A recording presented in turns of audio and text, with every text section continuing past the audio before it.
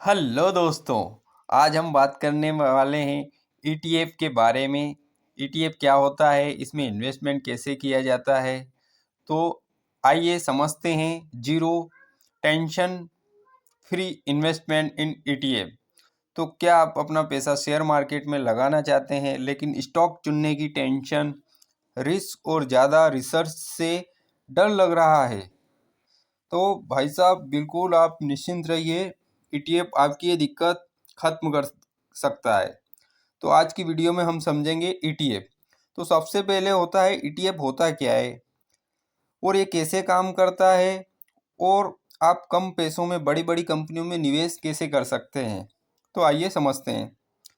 तो ईटीएफ यानी कि एक्सचेंज ट्रेडेड फंड, ये म्यूचुअल फंड की तरह एक टोकरी होती है जिसमें कई स्टॉक्स या गोल्ड या अन्य एसेट शामिल होते हैं, लेकिन ये स्टॉक की तरह एक्सचेंज पर ट्रेड होता है। बिल्कुल, ये स्टॉक की तरह ही आप इसको बाय सेल कर सकते हो और सेम डे में। तो ईटीएफ में निवेश करके आप एक साथ 50 से 100 कंपनियों में निवेश कर देते हैं। फॉर एग्जांपल हम समझते हैं ईटीएफ निफ्टी 50 ईटीएफ के।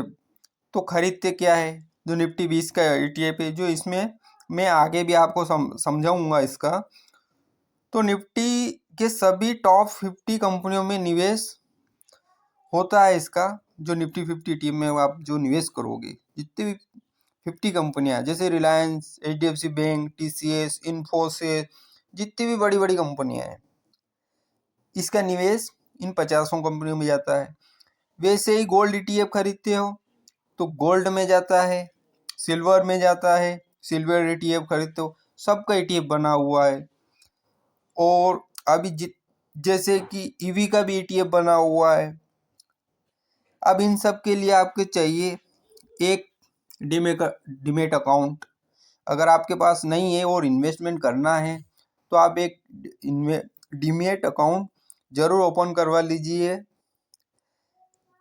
तो आगे समझते हैं ईटीएफ के फ़ायदे।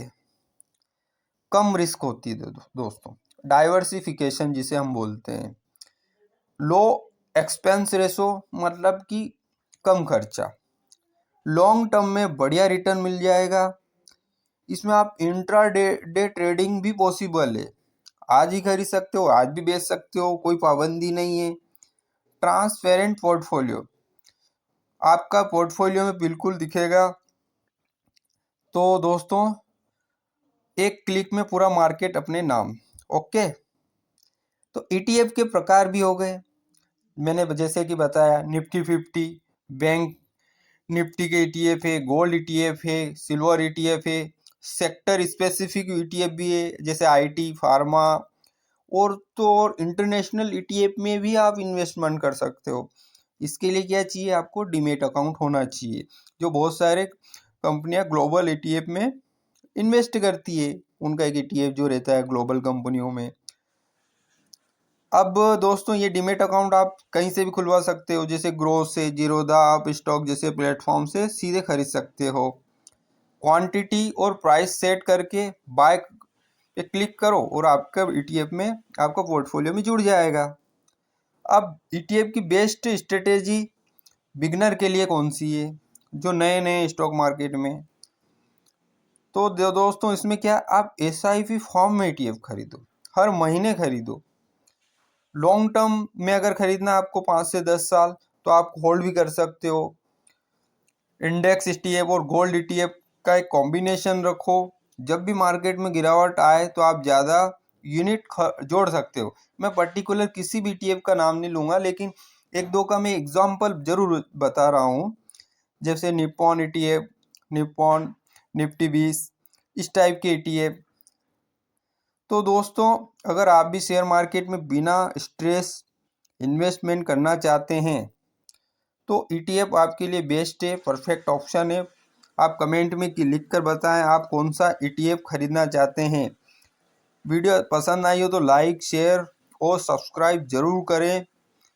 और ऐसे ही मार्केट एजुकेशन वीडियो के लिए सब्सक्राइब आप करें और बेल आइकन को ज़रूर दबाएं न्यू नोटिफिकेशन के लिए।